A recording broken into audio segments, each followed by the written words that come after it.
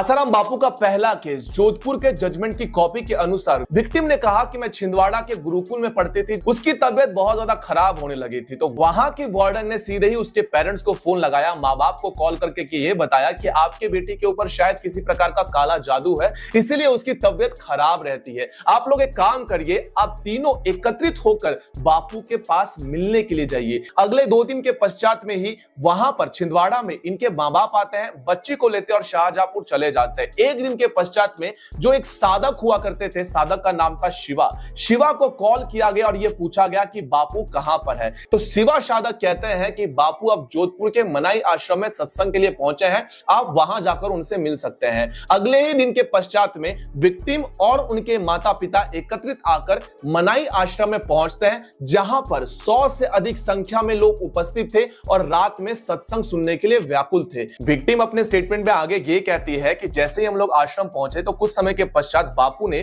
हमें अपने मां और पिता इन दोनों के साथ अपने कुटिया के भीतर में बुलाया, लेकिन कुछ समय के पश्चात ही मेरे पिता कुटिया के बाहर जाकर बैठ जाते हैं और उसे कुछ समय के पश्चात मेरी मां भी कुटिया के बाहर जाकर बैठ जाती है। 1.5 घंटे तक बापू कुटिया के भीतर में उस विक्टिम के साथ थे। वो दोनों वहां के बगल वाले रेलवे स्टेशन के पास जो फार्म हाउस था, उस फार्म हाउस में जाकर रहते हैं। वहां के फार्म हाउस के बच्चों के साथ उन्हें जाते जाते पैसे देकर जाते हैं, नाश्ता करते हैं और वहां से अपने घर शाहजहांपुर के लिए नहीं निकलते हैं। वो सीधे वहां से जोधपुर पहुंचते हैं, जोधपुर से वो दिल्ली जाते हैं और दिल्ली से के बाद वो शाहजहांपुर जाता है। इस भीतर में विक्टिम ने ये बात स्पष्ट रूप से अपने स्टेटमेंट में बताई थी कि इस दरमियान में अब तक मैंने अपने माँ बाप को कुछ भी नहीं बताया। 2 दिन का कार्यकाल बीत जाता है और 2 दिन के पश्चात विक्टिम अपने माँ बाप को कहती है और ये सारी चीजें बताती है कि उसके साथ कुछ गलत हुआ है। विक्टिम के माँ बाप ने यहां पर पहली बार FIR किया, जो कि रामलीला मैदान में 0 FIR किया गया और यहां पर बापू के ऊपर 2 प्रकार के सेक्शन ऐड किए गए।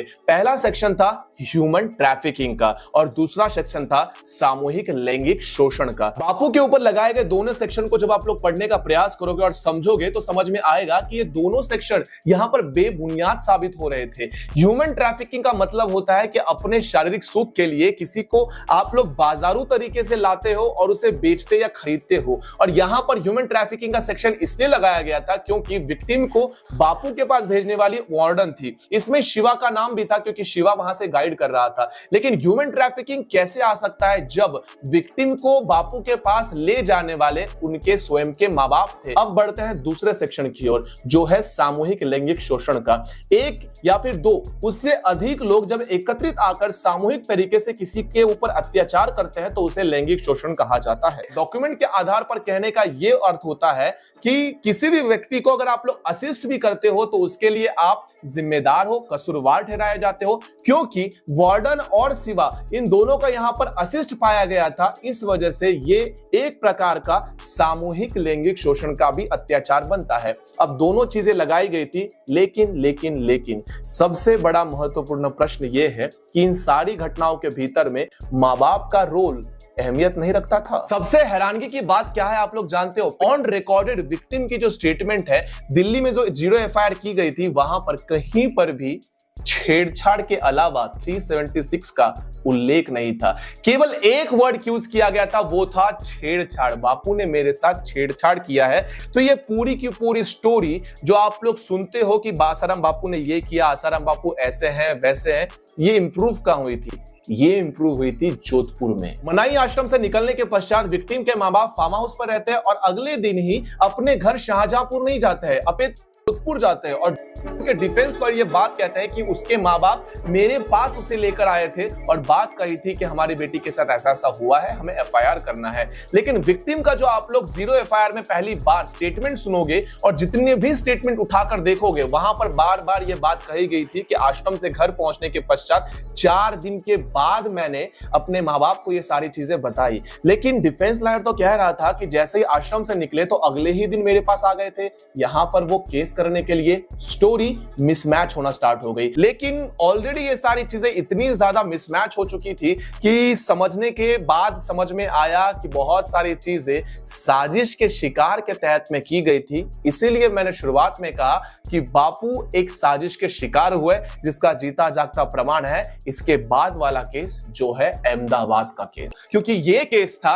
एक विक्टिम आकर कहती है कि मेरे साथ 12 वर्ष पूर्व ये सारी घटना घटित हुई थी। 12 वर्ष पूर्व अचानक से आपकी आयु 50 वर्ष है, 60 वर्ष है, 70 वर्ष है और आपके पिता दादाजी ये अभी अपने उधलती उम्र में, और अचानक से कोई लड़की आकर कहे कि कॉलेज के जमाने में, जवानी के समय में 12-13 वर्ष पूर्व ही मेरे साथ इसने ऐसा ऐसा कुछ किया था। और जब आप लोग कहते हो कि कौन सी तारीख को किया गया था, तो विक्टिम ये बात बताने में असमर्थ हुई थी कि कौन से वर्ष में हुआ था, कब हुआ था। लेकिन ये विक्टिम बात कहती है कि मेरे साथ गुरु पूर्णिमा के दिन यह घटना घटित हुई थी। फिर कुछ दिनों के बाद कहती है कि गुरु पूर्णिमा के 2 दिन के पश्चात हुई थी। फिर कुछ दिनों के बाद कहती है कि गुरु पूर्णिमा के 2 दिन पहले हुई थी। अब ये सारी चीजें इतनी ज्यादा मिसमैच हो रखी है और ये सारा जो सारा केस लिया गया था, ये केवल और केवल किसी विटनेस या एविडेंस के आधार पर नहीं, स्टेटमेंट के आधार पर दिया गया था।